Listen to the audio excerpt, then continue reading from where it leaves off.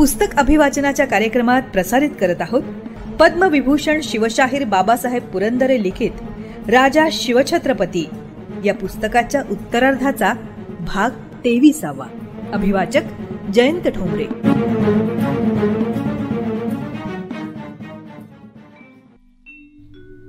वनराज सुवर्ण शृंखलांच्या बंधनात. पावसाळा चालू असतानाच मिर्झा राजांना इच्छा झाली शिवाजी राजांचा महाविख्यात किल्ला कोंढाणा उर्फ सिंहगड आहे तरी कसा हे आपण प्रत्यक्ष जाऊन पाहावाच. त्याप्रमाणे ते निघाले आणि कल्याण दरवाजाच्या बाजूने गडावर दाखल झाले. तो दिवस होता 12 सप्टेंबर 1665. जसवंत सिंहासारख्या पराक्रमी सेनापतीला सतत 6 महिने झुंजूनही जो किल्ला मुळीच जिंकता आला नव्हता तो हा सिंहगड. मिर्झा राजांनी गड पाहिला. गर्द झाडीच्या हिरव्या शेल्याखाली झाकलेले सह्याद्रीचे ते प्रचंड वैभव त्यांनी पाहिले. गडाचे ताठ काळे कभिन्न कडे आणि अजिंक्य घडण हे पाहून त्यांना काय वाटले हे इतिहासाला माहिती नाही, परंतु एक अभिमान त्यांच्या मनामध्ये प्रकटला असेल की मी हा किल्ला आणि असेच इतर 22 किल्ले माझ्या डोक्यानं जिंकले आणि तेही अवघ्या 3 महिन्यात जिंकले. खरोखरच असा अभिमान मिर्झा राजांना जर वाटलाच असेल तर तो अनाठाई खासच नव्हता. त्यांनी आपल्या अलौकिक मुत्सद्देगिरीचा आणि असामान्य सेनापतित्वाचा वज्रलेख इतिहासाच्या पानावर कायमचा कोरून ठेवलाय. निर्विवाद. फक्त दुर्दैव एवढेच होते हे सर्व त्यांनी औरंगजेबासारख्या भयंकर सुलतानी करता केलं. मिर्झा राजे जर स्वतंत्र एक राजपूत राजे म्हणून महाराष्ट्रावर चालून आले असते तर उत्तर महाराष्ट्राची आणि वराडावरची मोगली सत्ता आणि संपूर्ण महाराष्ट्रावरची आदिलशाही सत्ता उखडून काढण्याकरता महाराजांनी आपण होऊन मिर्झा राजांशी मोठ्या आनंदाने हात मिळवणी केली असती. भारतवर्षाच्या इतिहासात एक तेजस्वी पान लिहिले गेले असते. पण जे घडलेच नाही ते गोड स्वप्नकाव्य रंगवण्यात तरी काय अर्थ आहे. मिर्झा राजांची अद्वितीय कर्तबगारी पाहून इतिहासाला त्यांच्याबद्दल अभिमान आणि आदर वाटला नाही तरी पण कौतुक मात्र सदैव वाटेल एवढे निश्चित, अगदी निर्विवाद.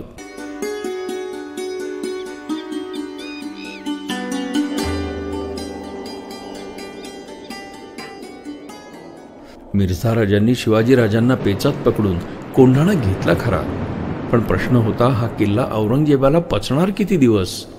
कारण ते 2 भयंकर जळजळीत डोळे सिंहगडाकडे रोखून पाहत होते. गडावरचे मोगली निशाण त्या 2 डोळ्यांना सहन होत नाहीये. मिर्झा राजे, तुमच्या बुद्धीच्या आणि तलवारीच्या धारेपेक्षाही त्या डोळ्यांची धार भयंकर तीक्ष्ण आहे. ते डोळे ते पहा, त्या लांबच्या राजगडावरून कोंढाण्यावर खेळलेत. माहितीत कुणाचे ते? एका म्हातारीचे, शिवाजी राजांच्या आईचे. ही म्हातारी फार भयंकर आहे.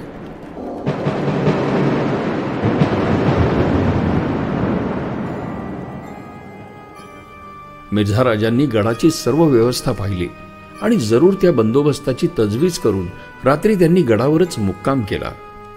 दुसऱ्या दिवशी म्हणजे 22 सप्टेंबर 1665 रोजी ते पुन्हा आपल्या छावणीत परत आले. दिल्लीहून औरंगजेबाने पाठवलेले संभाजीराजांच्या नावाचे फरमान याच दिवशी छावणीत येऊन पोहोचले. संभाजीराजांना एकूण 6000ची मनसब, 2 लाख रुपये बक्षीस, निशाण आणि नौबत बाळगण्याचा मान औरंगजेबाने बहाल केला होता. केवढा भाग्यशाली प्रसंग हा. परंतु संभाजीराजे त्यावेळी छावणीत नव्हते, ते राजगडावर होते. म्हणून दिलेर खानानं महाराजांना लगेच पत्र पाठवलं. मूळ पत्र फारसीत होतं. त्याचा हिंदवी तर्जुमा असा: तुम्हास कळवण्यास संतोष वाटतो की आम्ही विनंती केल्याप्रमाणे तुमच्या राजनिष्ठेचा बादशहांनी स्वीकार केलाय. इतकेच नाही तर 6000ची मनसब, 2 लाख रुपये बक्षीस आणि निशाण तसंच नौबत घेण्याची परवानगी तुमच्या पुत्रास देण्याचा हुकूम बादशहांनी सोडलाय. सबब हे पत्र पावताच संभाजीराजांना ताबडतोब इकडे पाठवून द्यावं, म्हणजे हुकुमाप्रमाणे त्याजला या वस्तू देण्यात येतील. लगेच संभाजीराजे मोगल छावणीत दाखल झाले. मिर्झा राजांनी संभाजीराजांना ते फरमान, रक्कम, आपल्यातर्फे सिरपाव आणि रुपयाचा 7 चढवून 1 हत्ती बक्षीस दिला. शिवाय बादशहानं पाठवलेला पोशाखही दिला. बादशहांचे फरमान आणि मान कशा नम्रतेने स्वीकारायचा याच्या सूचना सुद्धा मिर्झा राजांनी बक्षीजानी बेग याच्या मार्फत संभाजीराजांना आधीच दिल्या होत्या. योग्यच होते ते. कारण लहानग्या शंभूराजाला कुठून ठाऊक असणार हे असले गुलामगिरीचे सर्व सोपस्कार.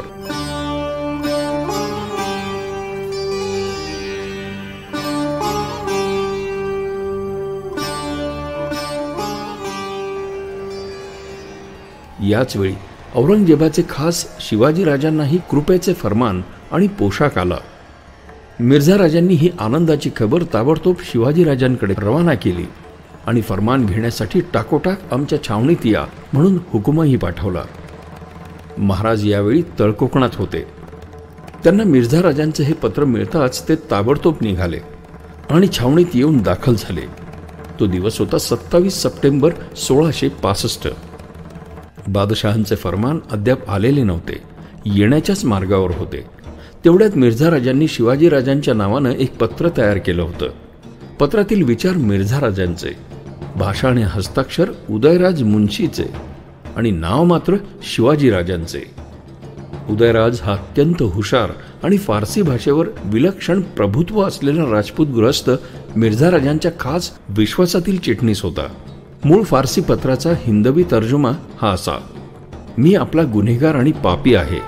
आपणास शरण येऊन जीव आणि धनदौलत रक्षण करण्याची मी इच्छा धारण करीत आहे. इतपर आपली खिदमत इमानानं बजावण्यास मी सदैव तत्पर राहीन आणि आपला हुकूम पाळण्यात मी माझे भूषण मानीन. बंडाळी करून मी आपल्या सर्वस्वाचा घात कधीही करून घेणार नाही. मिर्झा राजे जयसिंह यांनी सर्व वर्तमान आपणास तपशीलवार कळविलेच आहे. मला सर्व गुन्ह्यांची क्षमा करून जीवदान द्यावे एवढेच या दासाचे आपल्या चरणापाशी मागणे आहे. बादशाही शिक्का आणि पंजा यांनी अलंकृत झालेले आपले कृपापूर्ण फरमान येऊन दाखल झाले अशी आनंदाची बातमी मिर्झा राजे जयसिंह यांनी आम्हाला कळवली आहे. या योगे बादशहांनी मला जीवदान दिले आहे. बादशहांकडनं माझ्यासाठी पोशाख आला, हेही मला अत्यंत भूषणास्पद वाटत आहे. या पापी दासाचे अपराध क्षमेस पात्र नसतानाही बादशहांनी केवळ उदार अंतःकरणाने ही कृपा मजवर केली आहे, हे त्यास मोठे भूषण आहे. फरमान आल्याप्रमाणे मी आपले हुकूम पाळण्यास सदैव तत्पर राहीन. आता मिर्झा राजांची रजा घेऊन मी घरी जातो आणि लढाईची तयारी करून फौज घेऊन विजापुरावर जाण्यासाठी त्यांच्या मदतीस येतो. या युद्धात विशेष पराक्रम करून दाखवून पूर्वीचा काळम्या धुवून काढावा अशी मी उमेद बाळगीत आहे आणि येणेकरून आपल्या अनंत उपकारांची अल्पतरी फेड माझ्या हातून होईल अशी उमेद आहे. पाहिलीत ही पत्रातील निष्ठेची भाषा. हे पत्र शिवाजीराजांच्या नावानं औरंगजेबाकडे मिर्झा राजांनी पाठवलं.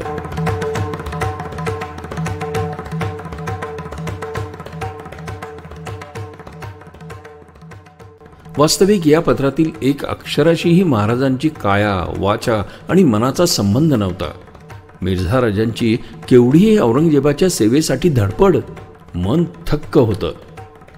अखेर चौथ्या दिवशी म्हणजे 30 सप्टेंबर 1665 रोजी बादशहाचं फरमान छावणीपासून काही कोसांवर येऊन पोहोचलं. तेव्हा मिर्झा राजांनी महाराजांना सांगितलं, बादशहांच्या कृपेचे ते फरमान तुम्ही पायी चालत सामोरे जाऊन स्वीकारा. फरमान म्हणजे काय? कागदाची एक भेंडोळीच ना? त्याला एवढे सामोरे पायी चालत जायला हवे कशाला? घेऊन येणारा येईल की घेऊन? नाही चालणार. ही अशी बेपर्वाईची मराठी वृत्ती चालणार नाही. अशानं बादशहांच्या कृपेच्या फरमानाचा अपमान होईल आणि तो अपमान म्हणजेच बादशहांचा अपमान समजला जाईल. बादशहांच्या पायाची निष्ठाच नाही असाच याचा उघड उघड अर्थ ठरेल. बादशाहीतील सरदारांची रीत ही अशी आहे की असे फरमान आल्यानंतर हजारो रुपये खर्च करून फरमानबाडी उभारून लवाजमा घेऊन अनवाणी चालत चालत 3-4 कोस सामोरे जायचे. फरमान घेऊन येणारा सांडणी स्वार भेटल्यावर जमिनीवर गुडघे टेकून ते फरमान स्वीकारायचे आणि ते तसेच स्वतःच्या मस्तकावर धरून बंदुकांच्या सलाम्या आणि वाद्यांचा गजर करीत स्वतःच्या मुक्कामी घेऊन यायचे. याचे नाव निष्ठा. निष्ठा. सुलतानाच्या इतिहासात या फरमानबाडीची कितीतरी वर्णने नमूद आहेत. एकंदरीत बादशहाच्या हाताच्या कागदी सुरनळ्यांचे भाग्यही केवढे मोठे. सह्याद्रीच्या रानगट मुलखात राहणाऱ्या अर्धांड मराठ्यांना त्यातील काव्य नाहीच उमगायचे. मिर्झा राजांचा आग्रह. महाराज फरमानाला सामोरे निघाले. मार्गदर्शनासाठी मिर्झा राजांनी आपला पुत्र किरतसिंह आणि बक्षीजानी बेग यास बरोबर दिले. एकूण 3 कोस ते पायी सामोरे गेले. फरमानापुढे मस्तक लीन करून वंदन करून महाराजांनी फरमान स्वीकारलं.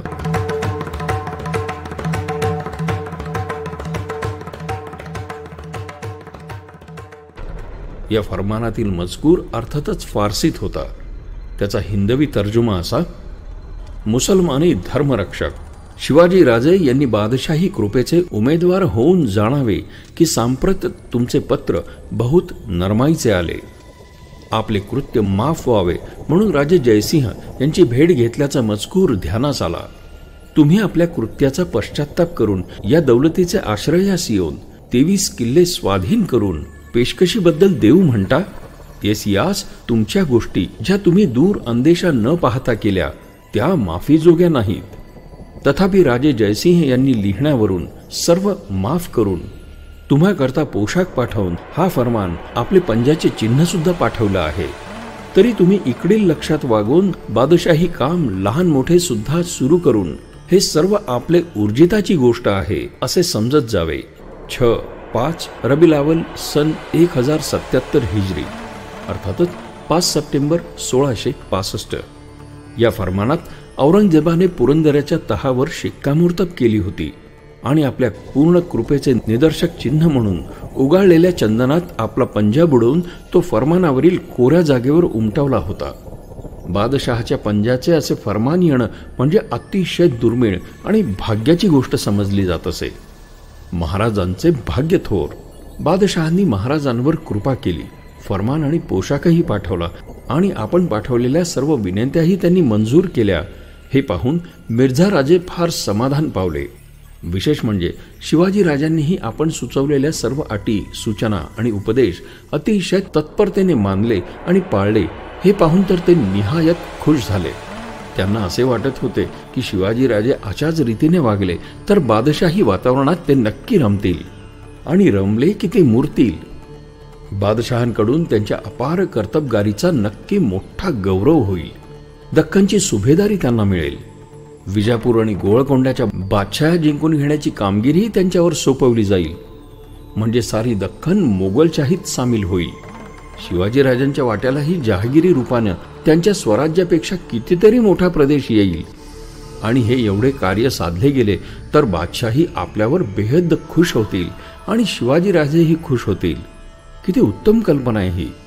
शिवाजी राजांनी फक्त आपले मन बादशहांना अर्पण करण्याचा अवकाश आहे की बादशहांनीही प्रेमानं त्यांना दिलासा देण्याचा अवकाश आहे. पण हे घडण्यासाठी शिवाजी राजांची बादशहाची भेट होणं जरूर आहे. शिवाजी राजांनी त्यासाठी दिल्लीला जाणं जरूर आहे. पण हे घडावे कसे? त्यासाठी दोघांचीही तयारी पाहिजे. बादशहा चटकन तयार होतील पण शिवाजी राजे ते तयार होतील का? बस आपण त्यांना पटवून देऊ, आग्रह करू, भागच पडू, त्यांना दिल्लीला पाठवूच. ही सर्वांचे कल्याण साधणारी गोष्ट घडलीच पाहिजे. आता ध्यास याच राजकारणाचा. ठरवलं. मिर्झा राजांनी औरंगजेबाला पत्र पाठवून आणि शिवाजी राजांना आग्रह करून मोगलशाहीच्या दरबारात या 2 पुरुषांची भेट गौरवशाली स्वामी आणि सेवकाच्या नात्यानं लवकरात लवकर घडवून आणण्याचा निर्धार मनाशी ठरवला. विधिलिखित काय वाटेल ते असो, पण एक गोष्ट अगदी निर्विवाद सत्य होती की मिर्झा राजांच्या अंतःकरणात ही भेट ठरवण्यामागे त्यांच्या स्वतःच्या विचारसरणीनुसार सद्भावच वसत होता. त्यात व्यावहारिक मुत्सद्देगिरी होती आणि शिवाजी राजांचे कल्याण साधण्याची धडपडही होती. मिर्झा राजांच्या अंतःकरणात यत्किंचितही नीच हेतू नव्हता. खरोखर मिर्झा राजा जयसिंहाचे व्यक्तित्व अनेकविध रंगीबेरंगी धाग्यांनी विणले गेलेले होते.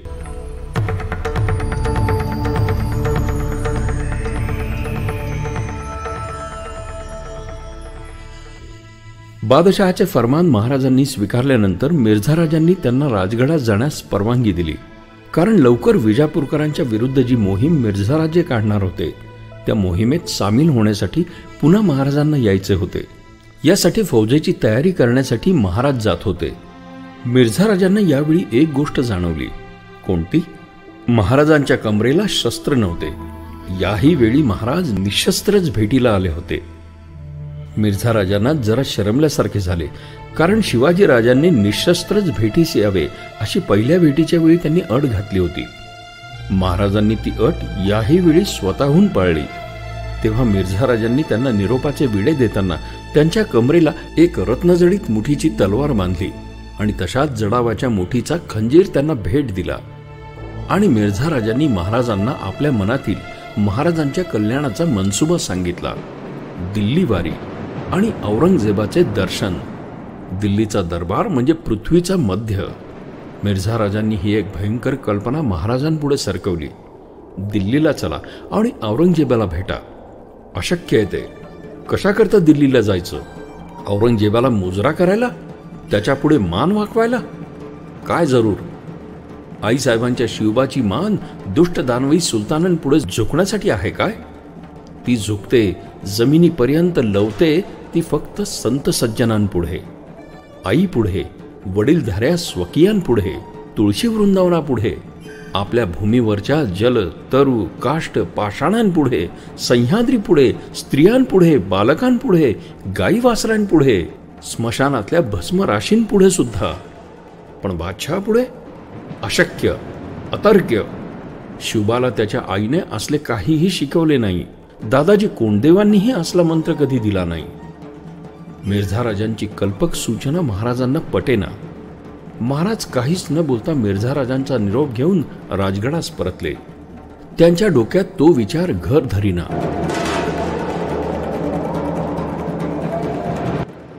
विजापूरच्या मोहिमेसाठी मिर्झा राजांच्या मदतीस लवकरच महाराजांना निघावायचे होते. तसा करारच होता. फौजेची तयारी चालू होती. मिर्झा राजांनी विजापुरावर स्वारी करण्याची तयारी पूर्ण केली. औरंगजेबाची आणखीन एक जबर महत्वाकांक्षा होती की सबंध दख्खन मोगली साम्राज्यात दाखल करावयाची. एक छत्री आपला अंमल स्थापावयाचा. त्यानुसार ही नवीन मोहीम मिर्झा राजांनी शिरावर घेतली होती. विजापूरकरांवर हे फारच भयंकर संकट चालून येणार होतं. मिर्झा राजा, दिलेर खान आणि शिवाजी राजा हे तिघेही आपल्यावर चालून येणार आहेत याची जाणीव असून सुद्धा विजापूरचा बादशाह अली आदिलशाह आणि त्याचे सरदार मुळीच घाबरले नव्हते. तोंड देण्याची तयारी त्यांनीही सुरू केली होती.